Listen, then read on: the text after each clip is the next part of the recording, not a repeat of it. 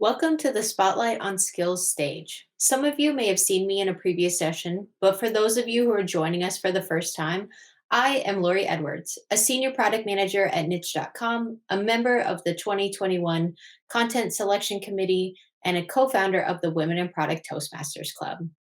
Before we get started, as always, I want to take a moment to thank our sponsors, without whom this event would not be possible. The theme of this stage is when, where, and how to listen to user feedback to identify pain points, prioritize features, and build products with impact. Since we'll be focusing on listening, this is a gentle reminder to turn off notifications and practice being present. I challenge you to jump into the chat and share your thoughts, favorite quotes, or takeaways that resonate with you. During this session, tuning in the voice of your customer, we have two wonderful speakers. First on stage, we have Laura Wang. Laura leads product and strategy teams in the fintech space. Her passion lies in delivering real value to people's lives through lovable digital experiences. As a product leader at Capital One, she drives the vision and development of digital banking products with cross-functional teams. She'll be sharing her expertise with you during her presentation, developing engaging experiences by listening to Gen Z. Please join me in welcoming Laura to our stage. Hi, my name is Laura Wang, and I'm a Group Product Manager at Capital One. Thank you to Women in Product for inviting me to speak, and thank you all for attending my presentation. I'm absolutely excited to share with you today about creating compelling product experiences by using a variety of customer-centric tools and approaches. And as the title implies, it begins and ends with listening to your users. I'll be sharing experiences from my own product team to help illustrate three main concepts that I hope you can take away and implement with your own teams. The stories I'll share today did come from the work my team did to develop Money Teen Checking, which is a joint checking account and mobile app experience for parents and teens. So to begin, I have a question for you all. How many of you have been shamed for being a millennial or acting like one? Shamed for doing things like wearing skinny jeans or obsessing over avocado toast? You're not alone. Do you part your hair on the side like I do? Do you know how to do the latest TikTok dance or what that even is? Well, chances are you may be feeling shamed by Gen Z. And while many of us here are on Team Millennial, not Gen Z, the question is, what would you do if your target audience were Gen Z? How would you even begin to understand, let alone develop product experiences for them? A user experience for people who are so different from yourself. That's the challenge that we faced when we decided to create Money Teen Checking for teen users and their parents. We had to take off our banker hats and put on our Instagram filters to really get into the mindsets and perspectives of our users. And we realized we had to think differently about what teens needed versus what adults need. The first thing we did was find real live teenagers, not TikTok celebrities, real people. We sat down with them in their homes, and keep in mind, this was before the pandemic, so we were actually allowed in people's homes with the permission of their parents, and we spoke with them about their lives. We wanted to know, where do the teens hang out? What do they do with their friends outside of school? Where do they get their money from, and what do they spend it on? And importantly, what were they afraid of about money? This barrage of questioning might sound creepy and intrusive, but we sought to learn and understand the lives of our users to really put context around their money and banking needs. And after learning about their daily lives, we then probed a little bit deeper. We asked about their part-time jobs, how they carefully saved up for the latest video games and clothes, how they babysat their neighbors to help pay for individual needs and trips with their friends. These in-person conversations revealed a lot. They showed us that teens were actually quite concerned, as well as pretty savvy about managing money within the complexity of their lives. They employed all sorts of hacks, like having IOUs with their parents. Some of them had bank accounts, and most of them worried about being able to pay for college. Some teens even used adult money management apps and were exploring investing on their own. We were blown away by the sophistication and knowledge of teens and really inspired by their eagerness to learn financial management. Despite that really, seemingly cool facade of only being interested in social media, they really cared about this stuff. These findings confirm some of our hypotheses while surfacing new ones about what teens want and need in regards to managing their money and making it simple enough to help in their daily lives. So the first fact is, the key to understanding customer needs is really to understand them as people. It's easy to just rely on industry data or third-party reports, but you can really get a deeper understanding by talking directly to customers. These in-person conversations are so useful. They're useful to go deeper in questioning, and to make users more comfortable, you could try having them speak with you in an environment such as their house that makes them feel more comfortable. As product managers, our job is to empathize with users, and that really begins with understanding their feelings and mindset that drive behavior. I like to think of PMs like doctors. We're here not to just we are here to diagnose the underlying problem, not just to address the symptoms, and the ultimate goal is really to help our patient heal. And this begins with asking the right questions. A useful approach I like to use is to ask 3 layers of why. Why? To help uncover the motivation and underlying needs or pain points that drive a particular opinion or behavior of a person. So, for example, a teen user says, "I don't want a credit card." Okay, why? Because it's easy to just not pay and forget about it and rack up debt. Okay, go on. And why is that important? Well, credit cards don't stop you from spending more money than you have. And why is that a problem? Well, I'm scared of having debt that I'll never be able to pay off like my mom has.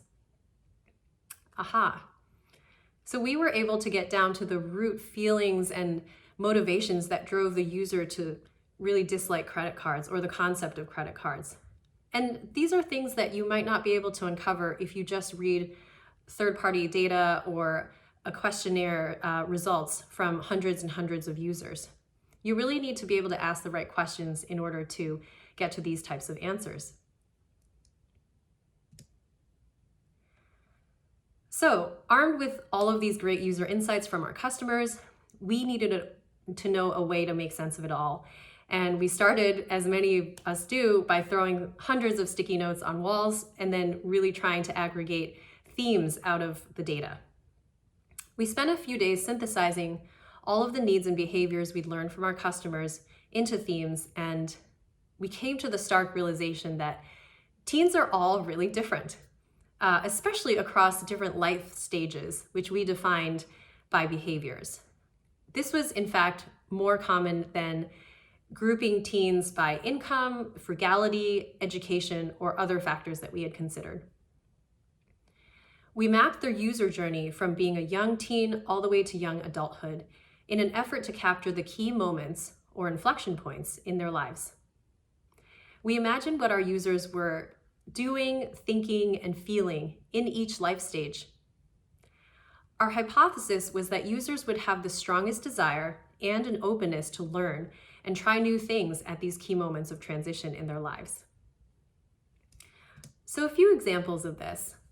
Receiving an allowance for the first time was a big deal for young users. Having to pay for a car or gas was a big deal for teen users who potentially were in the middle stage.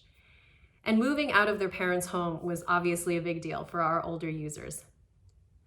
So these were significant life changes and events that emerged as opportunities or jobs to be done for us as product folks to really help and assist or try to solve from a financial mentor perspective. And lastly, since our app had a separate but complementary user experience for parents, we also took the time to map the user journey for our parents that mirrored the life stages of their teens. So the second point is to make sense of all the data you've collected from customers and other sources. Use a structure to help visualize and then identify the right opportunities.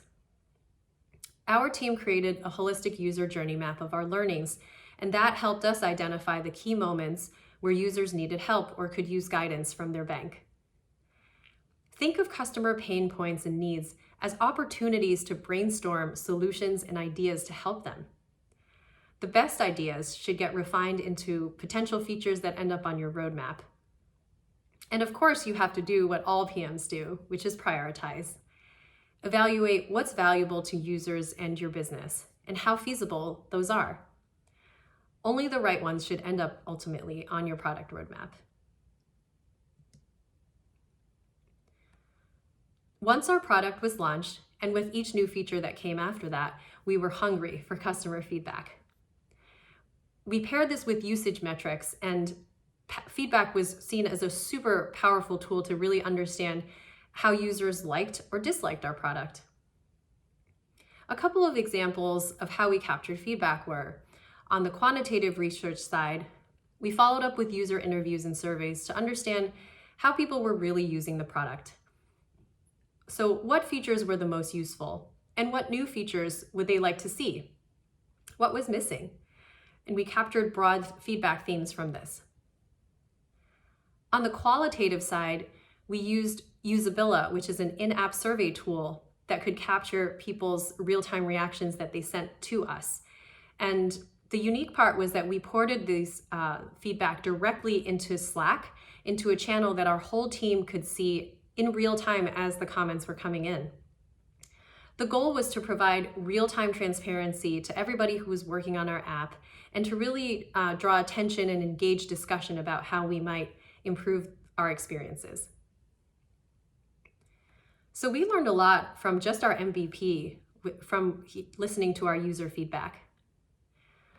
So the big theme was that parents wanted more controls, while teens wanted more independence from them.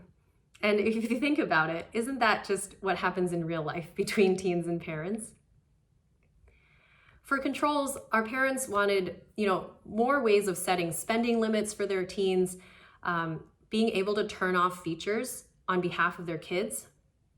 And for teens, they wanted more self-service capabilities, like being able to replace their own card if they lost it.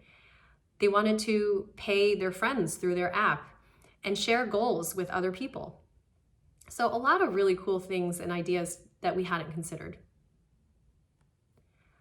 We also learned about missed opportunities from customer feedback. And here you can see teens are really not shy about telling you exactly what they think.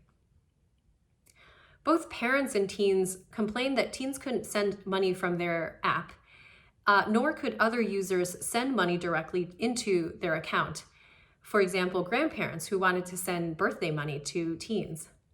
So instead, teens were forced to use cash or use apps like Venmo or PayPal, which technically are not allowed for minors. So this has got us thinking about what our next challenge is. Remember that your job is not done once a product or feature is launched. Continue to seek customer feedback and respond to changing factors. Users tend to be pretty polar when leaving reviews, so take that with a grain of salt. Triangulate across different feedback channels to really get the overall picture of what's working and what's not. Share the feedback with your entire team so that they can all help brainstorm new ideas and feel included in this process. And follow up with your users. How do they like the product in the beginning when they first tried it versus 3 or 6 months later? Did they change their behavior? And could you triangulate that back to actual usage data that you were seeing? So while the feedback data in and of itself is really important, you should consider it in context with all the other data that you're collecting. So that could be usage, call center data, surveys, app downloads, etc. Does that support or contradict the themes that you're capturing broadly? And here is where you can dig deeper into the problems and opportunity areas to inform what's next. Lastly, don't forget to keep an eye out for customer and competitor trends. These could lead to new opportunities you've not thought of in the past. So to wrap up, building the Money Teen Checking experience was something totally new to all of my team members. It was incredibly humbling and rewarding. It was amazing to get into the mindsets of our teens, and we really came to appreciate the complexity of their lives after talking to them and really understanding what it was like to be a teen today. Mapping our data with design thinking tools helped us gain clarity on how we as product people could help our users by providing useful experiences and tools like automatic allowance and goal setting. And by continuously seeking to get that user feedback, we were able to rapidly iterate on new features that they wanted, like spending and ATM limits, to keep our customers happy and engaged. So I hope that these lessons and examples are helpful to you on your journey to understand and build the best customer experiences. Remember that it all starts with listening to them. Now, go out and figure out how to use TikTok so that you don't feel stupid the next time you talk to a person from Gen Z. Thank you. Thank you, Laura. Up next, please welcome Shelley Iocona. Shelley is the founder of Onyx Access, an award-winning innovation consulting firm connecting experts and evolving industries while delivering results through an outcome-driven product and people framework. Shelley also serves as an advisor to startups in several industries such as healthcare, fintech, and social good. She will be discussing how to build stickier, more innovative products in her presentation, Improving Products with Customer Touchpoints. Let's give a warm welcome to Shelley. Hi, everyone. Thank you for joining Improving Products with Customer Touchpoints. My name is Shelley Iocona, and I'm the founder of Onyx Access, an innovation consultancy helping organizations grow and scale using outcome-driven product and people solutions. We help organizations create opportunities in their product portfolios and design teams that deliver innovative solutions to the market. Prior to running my firm full-time, I led product for startups in digital health, fintech, disruptive HR, and consumer products. I've held leadership roles at high-tech companies in San Francisco and Los Angeles, and I've spent most of my early career partnering with engineering to build better products. And building better products from a technical perspective was all I really cared about. I was the person you hear about who thought, if we build it, they will come. And by the way, we all know this means customers. The truth is, I loved working with engineering, much more than I cared about what our customers thought once we released products to market. But I had a pivotal moment when I was at Yahoo, and that transformed how I thought about building products. I started to get really curious about why we were sunsetting certain products and launching new ones. I realized my narrow view was negatively impacting my career path because I didn't understand how the full product lifecycle came together. Consuming what sales told me needed to be built and rarely interfacing with customers wasn't empowering me to ask good questions to guide feature development. How did I know we were building great products that customers love if I didn't understand how customers felt about their experience with our products? When I first read Steve Blank's timeless piece, "No Business Plan Survives First Contact with Customers," I took his cautionary tale to heart. One of the key points Steve made was this: rapidly changing markets require continuous business model iteration and customer development. In today's talk, I'm going to focus on this point because your customer's journey is so important to understand, and I believe product managers need to be champions in this area. I want you to feel empowered to ask great questions and challenge your team's thinking about what product excellence looks like by developing empathy for your customer. I hope you'll enjoy this session and come away with sharpened skills and practical ways to improve your products. Let's dive in. To clarify what I mean about understanding how the full product lifecycle comes together, I want to take a moment to talk about the theory behind customer journey. In the customer journey, a product, no matter how excellent, is only one variable. In my early product career, I emphasized the technical feasibility aspect of product management.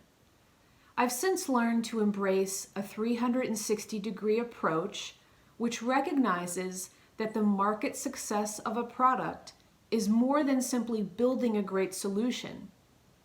It involves business viability, technical feasibility, and human desirability. When all three are achieved, we reach an opportunity for innovation. The customer journey encompasses many facets. While the business wants to move the customer through the process from product awareness to product champion, the customer experience along the way, from consideration to purchase to full adoption and retention, is impacted by countless variables. Timing, pricing, social, and support all shift the customer perception of product value. While there isn't one way to define your customer's journey, it's important that you identify the sequence of steps your target customer takes when engaging with your product. By visualizing their steps along the journey, you'll discover customer goals, objectives, needs, and motivations. This in turn builds your empathy by walking in your customer's shoes. As a product professional, it's important that you not only explore the customer journey holistically, but also that you identify the discrete steps your customer takes when engaging with your product and the unique features of your product. Understanding and mapping customer touchpoints can help expedite this process. You've no doubt heard the term customer touchpoints. It's classic marketing speak referring to brand awareness in the form of ads, billboards, direct mail, and websites. But today's product managers and marketers know it's less about visuals and more about the journey they take customers on to shape their experience along the way. Touchpoints are opportunities to express the product's unique offering, and they influence a customer's use of your product. Touchpoints can be digital, or they can be physical. As product managers, we need to understand this to truly build a better, stickier product that inspires customers to convert to champions. Today, customers are looking for memorable experiences to guide their purchase decisions. In fact, Rosetta data shows that engaged and satisfied customers buy 50% more often, spend 200% more each year, and are 5 times more likely to display brand loyalty than those who are not. The purchase process is an emotional one. I want you to stop and just take a moment. Think about a product you absolutely love. It makes you smile. It helps you accomplish a task. Or it's just simply a joy to use. What feelings does this product elicit for you? Feelings are involved throughout the customer touchpoint journey, from how a product is marketed to you, to the way you feel about its design, to how you decide how you'll use the product in your day-to-day life. Oftentimes, we don't even really know what the product is that we're feeling so great about. An example of this is Amazon. Rarely do customers talk about the company or the products they're purchasing. They focus their experience as it relates to the features they use, such as one-click ordering or overnight delivery. Features that accomplish a needed task are often opportunities we might discover in our product innovation process. When we embrace the more holistic customer journey and customer touchpoint approach to product, feedback from disruptive customers becomes even more valuable. We're able to observe not just how our product solves the problems we set out to accomplish, but also how leading customers are engaging with our products to serve new unmet and previously unintended needs. This can help our organization innovate and develop new unexplored market opportunities. Contrary to what we think, we don't always need a brand new product to win over our customers. The concept of disruptive customers is one we should embrace. Those who have decoupled from accepted buying models and are looking for a better overall experience. Peloton is known for its on-demand cycling and running classes. Sales are up 172% since the start of the pandemic. And no doubt you've probably heard someone in your network share how much they love the product. As a user of Peloton myself, I've been impressed by the sheer number of workouts offered outside of their bike and tread classes. Many of these classes are designed to complement the bike and tread workouts. Classes such as 5-minute warm-ups or 10-minute post-workout stretch. Now in the past, if you wanted to take these classes, you'd select them one by one and manually start and stop them. But in January of this year, Peloton introduced its Stacked Classes feature. Now users can select the classes they want during a single workout routine and have them play in consecutive order. Commonly referred to as stacks. Think of stacks like a workout playlist. A custom workout that allows a user to move seamlessly from class to class. And it's like having a personal trainer without the additional cost. Now I can start my workout with a pre-ride warm-up, take a cycling class, add an arms and shoulders workout, and end with a full body stretch. I'm not saying I do all of that in a typical workout, but you get my point. I don't have to think, I just press play and move forward in my workout routine. So what's so special about this feature? Well, that's a great benefit, but it was actually implemented based on Peloton customer feedback. Another interesting point about stacked classes is the way Peloton released the feature. While they listened to their customers' needs and motivations, they took a less is more approach by only releasing a minimum viable product to their audience. Despite customers being underwhelmed when stacked classes released, they were saying things like, I want to save my stacks so that I can come back to them later for repeat workouts. I want to make multiple stacks, strength stack, run stack, ride stack, based on the time I have for a given workout. I want to share my stacks with other Peloton members so that they can experience my workout list. No doubt, searching, bookmarking, and sharing stacks are all somewhere on Peloton's roadmap. Yet Peloton committed to its MVP, just making one piece of that feature available. An MVP which is smart on the part of Peloton, because think about it, they have to balance exploration of different classes, a core part of their product strategy, with customer needs. They know that too much of an improvement in one area can be a detriment to another. This is where the importance of strategic prioritization comes in. Your prioritization efforts should be grounded in an accepted framework by which your team executes product strategy. As a product manager, you're constantly steering the product towards the overall vision to reach its North Star. Let's walk through two common prioritization frameworks together. The first is value versus complexity.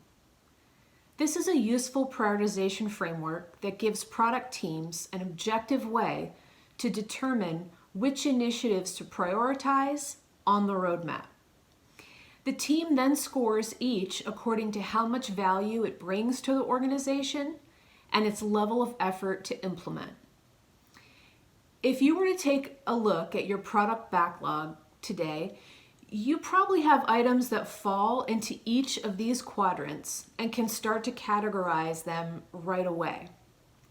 Clearly, the right-hand side of this quadrant is where we want to spend our time, balancing those strategic big bets with the high business value, easy wins. Knowing where initiatives fall is the point. This approach is especially useful for when you're developing new products, have a very short timeline, or very limited resources, or even when you need an objective lens to the initiatives your team may be misaligned on. Another useful prioritization framework is weighted scoring. It's designed to help you decide how to prioritize features and other initiatives on your product roadmap by applying weights to a common set of criteria on a cost versus benefit basis, and then ranking them by their final scores. I especially love this technique because it empowers product managers to surface what's most important strategically by factoring in multiple layers of data.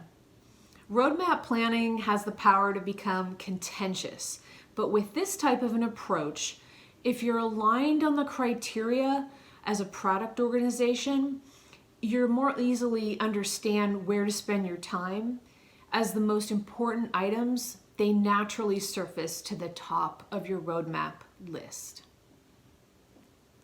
Now, there are many additional frameworks you can apply to your product management process. Common ones I find especially useful in my work include design thinking, lean startup, and agile.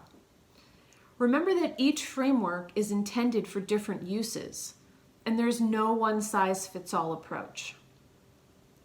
To get started on your own customer touchpoint journey, you don't need to subscribe to these frameworks. You can simply start by taking inventory of your product's customer touchpoints from the customer's perspective. Just start with the basics. Take the process of placing an order online. What are your customers' goals? Perhaps it's to place an order with very little effort. What are the digital or physical touchpoints your customers interact with? It might be the website, your app, and the order confirmation email post-purchase. What feeling describes their experience of placing an order? If payment is painful, that might be telling. What are the steps and possible gaps in each of these activities? Is there an opportunity to optimize the online purchase funnel or order handling in some way? Maybe you can test out including an online chat, so if customers get stuck in the order process, they have immediate help before they abandon payment.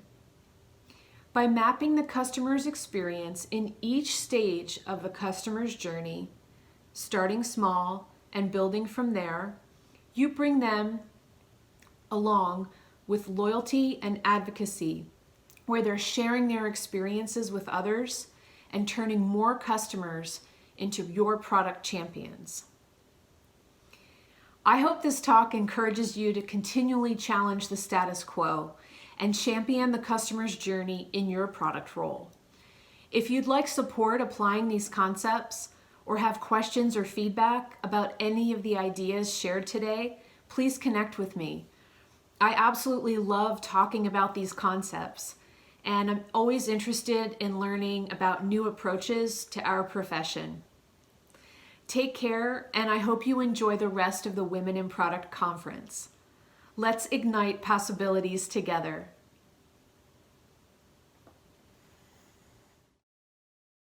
Thank you, Laura, Shelley, and everyone who joined us today. If you enjoyed this session as much as I did, remember you can connect with speakers and follow up interactive sessions later today. Check out the agenda for more details. And don't forget to stop by the virtual selfie booth to snap your photo and share it to the group mural board. While you're there, you can grab your Women in Product swag at the swag store. Also, check out all the ways you can network with your fellow attendees. Reach out directly with them by clicking on their name in the chat, or meet someone new in the networking mixer where you'll be paired with a fellow PM for a timed chat. Click on the mixer in the left. Thank you again for joining us, and be sure to come back tomorrow for our next session on this stage, Building Domain Expertise.